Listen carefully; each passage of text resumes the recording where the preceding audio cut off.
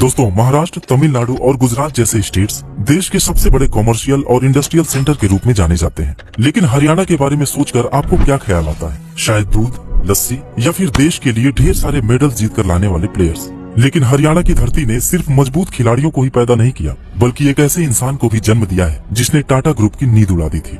आज उनकी विरासत को आगे बढ़ाने वाली उनकी पत्नी सावित्री जिंदल 28 बिलियन डॉलर्स की नेटवर्थ के साथ न सिर्फ इंडिया की सबसे अमीर महिला है, बल्कि उनके चारों बेटों ने स्टील और एनर्जी इंडस्ट्री में धूम मचा कर रखा है। आज हम बात करेंगे जिंदल ग्रुप की, जिसे एक किसान के बेटे ने देश को आत्मनिर्भर बनाने के सपने के साथ शुरू किया था। इस सफर की शुरुआत होती है 7 अगस्त 1930 को, जब हरियाणा के हिसार जिले के एक छोटे से गांव नलवा में ओम प्रकाश जिंदल का जन्म हुआ। देश अंग्रेजों का गुलाम था, लेकिन 1947 में जब हमें आजादी मिली तो भूखमरी और बेरोजगारी के सिवाय कुछ भी नहीं बचा था। जरूरत थी एक इंडस्ट्रियल रिवॉल्यूशन की, जिसके लिए टाटा और बिरला जैसे बड़े बिजनेस ग्रुप्स ने काम करना भी शुरू कर दिया था। जिंदल साहब भी अपना बिजनेस शुरू करके लोगों को रोजगार देना चाहते थे, लेकिन एक किसान के पास इतने पैसे कहाँ कि वो अपना बिजनेस या फैक्ट्री शुरू कर सके। इसलिए वो अपने भाइयों के साथ कोलकाता गए और स्टील ट्रेडिंग का काम करके कुछ पैसों का बंदोबस्त किए और साल 1952 में हिसार वापस आकर बाल्टी बनाने की एक छोटी सी फैक्ट्री शुरू की। उसी दौरान एक स्टील पाइप पर मेड इन इंग्लैंड लिखा हुआ देखे और सोचने लगे कि क्या पाइप जैसी छोटी सी चीज भी हम नहीं बना सकते। और इसी बात को लेकर साल 1964 में कोलकाता के पास लिलुआ में पाइप बनाने की एक फैक्ट्री शुरू की। लेकिन जिंदल इंडिया लिमिटेड के नाम से शुरू हुई ये फैक्ट्री खुद से पाइप नहीं बनाती थी। वो टाटा की एक कंपनी इंडियन ट्यूब से उनके रिजेक्टेड स्टील पाइप्स को खरीदते थे और उसे लिलुआ फैक्ट्री में रिपेयर करके मार्केट में प्रीमियम रेट पर सेल कर देते थे। इस तरह स्टील के बिजनेस में उन्होंने एक छोटी सी शुरुआत की। लेकिन जब कुछ दिनों बाद टाटा को ये बात पता चली तो उन्होंने जिंदल साहब को बुलाकर इस तरह पाइप बेचने से मना कर दिया और बताया कि आगे वो अपने स्टील पाइप 2-2 फीट के पीसेस में ही दे पाएंगे। अब जिंदल साहब के पास तो हाँ बोलने के अलावा कोई रास्ता ही नहीं था। फिर वो टाटा से 2-2 फीट के टुकड़े लेकर उसके सॉकेट्स बनाने लगे और टाटा स्टील की क्वालिटी इतनी अच्छी थी कि जर्मनी की एक कंपनी इन सॉकेट्स को खरीदने लगी और उनका बिजनेस अच्छा चलने लगा। लेकिन इंडियन ट्यूब इस पर भी ऐतराज करने लगे और आखिरकार उन्होंने जिंदल साहब को माल देने से ही मना कर दिया। लाइसेंस राज में बहुत मुश्किल से तो एक फैक्ट्री की शुरुआत हो पाई थी, जिसमें सिर्फ ओपी जिंदल ही नहीं बल्कि उनके 4 भाइयों का भी गुजारा हो रहा था। लेकिन टाटा के इस फैसले ने उनको मुसीबत में ला दिया। लिलुआ की फैक्ट्री बंद होने की कगार पर आ गई। फिर सबने मिलकर ये फैसला किया कि वो पाइप खुद बनाएंगे। वे वापस हिसार आए और काफी छोटे लेवल पर स्टील पाइप, बेंड्स और सॉकेट्स की एक फैक्ट्री शुरू की और इस तरह से जिंदल ग्रुप के विशाल बिजनेस एम्पायर की शुरुआत हुई। दरअसल उस समय फैक्ट्रीज में इस्तेमाल होने वाली सारी मशीनें विदेशों से आती थी, जो महंगी भी थी और साथ ही उनके इंडिया आने में काफी वक्त भी लगता था। लेकिन जिंदल साहब की एक खासियत जानकर आपको हैरानी होगी, उन्हें मशीनों में बड़ी दिलचस्पी थी। भले ही उनके पास ना कोई इंजीनियरिंग की डिग्री थी और ना ही मशीन बनाने का कोई तजुर्बा, लेकिन कहा जाता है कि वो मशीन की आवाज सुनकर उसके फॉल्ट को बता देते थे। अब वो अपनी फैक्ट्री को बड़ा बनाना चाहते थे, जिसके लिए उन्होंने खुद ही फैक्ट्री का लेआउट तैयार किया और विदेशों से मशीन मंगाने की बजाय सभी जरूरी मशीनें अपनी फैक्ट्री में ही बनवाए। और इसके बाद साल 1969 में जिंदल स्ट्रिप्स के नाम से हिसार में ही एक बड़े स्टील यूनिट की शुरुआत की गई, जिसने स्टील पाइप्स के प्रोडक्शन को कई गुना बढ़ा दिया और स्वदेशी मशीन होने की वजह से स्टील का प्रोडक्शन कॉस्ट भी काफी कम हो गया। फिर साल आया 1991, जब देश की आर्थिक स्थिति काफी खराब हो गई। हमारे पास पैसे ही नहीं बचे कि हम विदेशों से मशीन खरीद सके। इंडस्ट्रियल ग्रोथ की रफ्तार थम सी गई। अब जिंदल साहब ने अपने लिए तो मेक इन इंडिया मशीन्स तैयार कर लिए थे, लेकिन बाकी लोग तो इंपोर्ट पर ही निर्भर थे। इसका रास्ता निकालने के लिए जिंदल ग्रुप ने फैसला किया कि वे सस्ती स्वदेशी मशीनें खुद बनाएंगे और अगले ही साल 1992 में रायपुर में उन्होंने मशीन डिवीजन की शुरुआत कर दी। इस फैक्ट्री की शुरुआत ने न सिर्फ देश का पैसा बचाया, बल्कि आसानी से मशीनें अवेलेबल होने से चारों तरफ नई नई फैक्ट्री शुरू होने लगी। लाखों लोगों को रोजगार मिलने लगा और जिंदल साहब ने कुछ ऐसी मशीनें और टेक्निक की शुरुआत की जो आज भी इस्तेमाल की जाती है।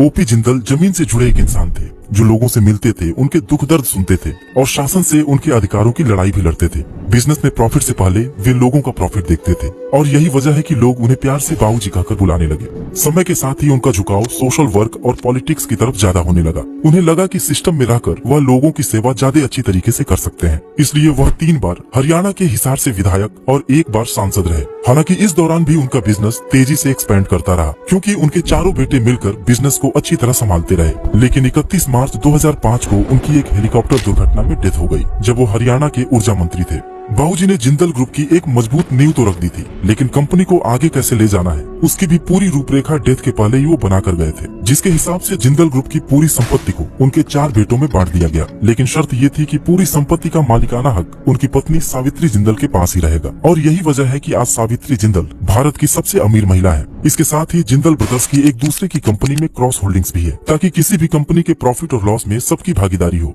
बाबूजी की डेथ के बाद उनकी जगह सावित्री जिंदल ने समाज सेवा का काम संभाल लिया और हिसार से विधायक चुनी गई। और उनके चारों बेटे अपने पिता के बिजनेस एम्पायर को आगे बढ़ाने में जुट गए।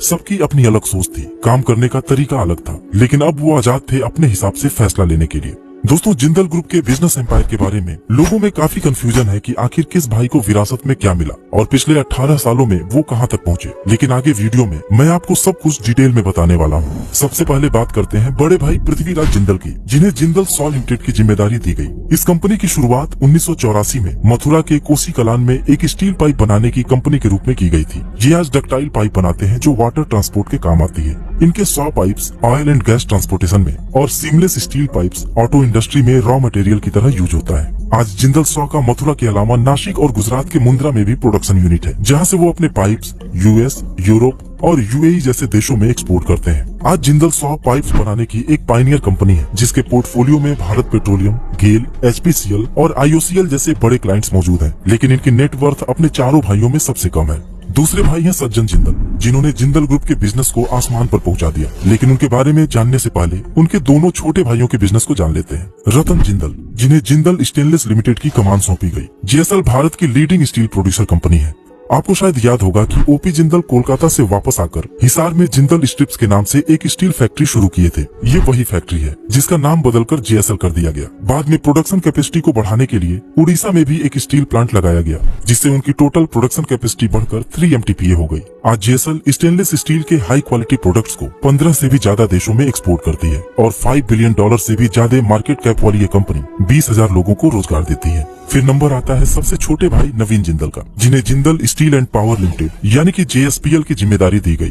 दरअसल नवीन जिंदल का राजनीति और स्पोर्ट्स में भी बचपन से ही इंटरेस्ट था, इसलिए मां सावित्री जिंदल के साथ वो अपने चुनाव क्षेत्र में भी सक्रिय रहे और साल 2004 से 2014 तक 2 बार कुरुक्षेत्र से सांसद भी रहे। नवीन जिंदल एक एक्टिव पोलो प्लेयर है और स्कीट शूटिंग में भी नेशनल अवार्ड पा चुके हैं। दोस्तों, एक समय था जब हर कोई भारत का राष्ट्रीय ध्वज नहीं फहरा सकता था। नवीन जिंदल ही वो शख्स हैं जिन्होंने लंबी कानूनी लड़ाई के बाद हर भारतीय को तिरंगा फहराने का अधिकार दिलाया। खैर, उनके बिजनेस पर लौटते हैं। आपको याद होगा कि बाबूजी ने 1992 में छत्तीसगढ़ के रायपुर में एक मशीन फैक्ट्री शुरू की थी। आज उस फैक्ट्री के साथ ही रायगढ़, उड़ीसा और झारखंड में कई स्टील प्लांट नवीन जिंदल के कंट्रोल में है। आज JSPL लार्ज स्केल पर रेल लाइंस, बीम्स, कॉलम्स और TMT बार्स का प्रोडक्शन करती है। इसके अलावा JSPL अपने रायगढ़ और अंगुल के थर्मल पावर प्लांट से 1634 मेगावाट बिजली का भी प्रोडक्शन करती है।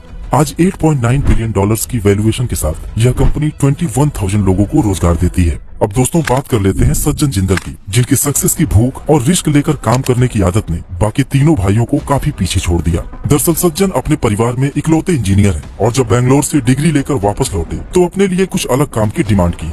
बाबूजी ने उन्हें मुंबई भेजकर एक बड़े काम की जिम्मेदारी उन्हें दे दी। दरअसल पिरामल स्टील की एक री रोलिंग मिल सेल हो रही थी। उसी को एक्वायर करके सज्जन जिंदल को उसकी कमान सौंप दी गई। इस कंपनी का नाम Jindal iron and steel company यानी कि जिसको रखा गया। और फिर इसके बाद सज्जन जिंदल के ही एफर्ट से कर्नाटका में एक और स्टील प्लांट JVSL यानी जिंदल विजयनगर स्टील लिमिटेड की शुरुआत हुई और साल 2005 में जिसको और JVSL मर्ज होकर JSW स्टील बन गई।